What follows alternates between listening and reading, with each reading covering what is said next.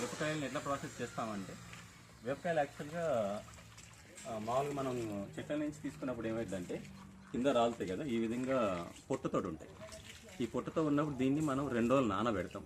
2 రోజులు నానబెట్టిన తర్వాత ఇక్కడ చూస్తున్నారు మన నరసింహ డేవిడ్ చేస్తున్నారు చూడండి, దీన్ని పిసకాలి బాగా. ఇట్లా పిసికితే ఇట్లా తెల్లగా అయిపోయి దాని పొట్టు అంతా పోతుంది. ఈ పొట్టు ఉండటం వల్ల మనకి ఏంటి నష్టం? యాక్చువల్గా ఈ పొట్టు అంటే ఏం చేస్తుందంటే, ఈ పొట్టులో ఒక రకమైన స్వీట్నెస్ ఉంటుంది. ఆ స్వీట్నెస్ ఉండటం వల్ల దీన్ని మళ్ళీ మనము ఈ వేపకాయలను ఏం చేస్తామంటే పొడి కొట్టుకుంటాం.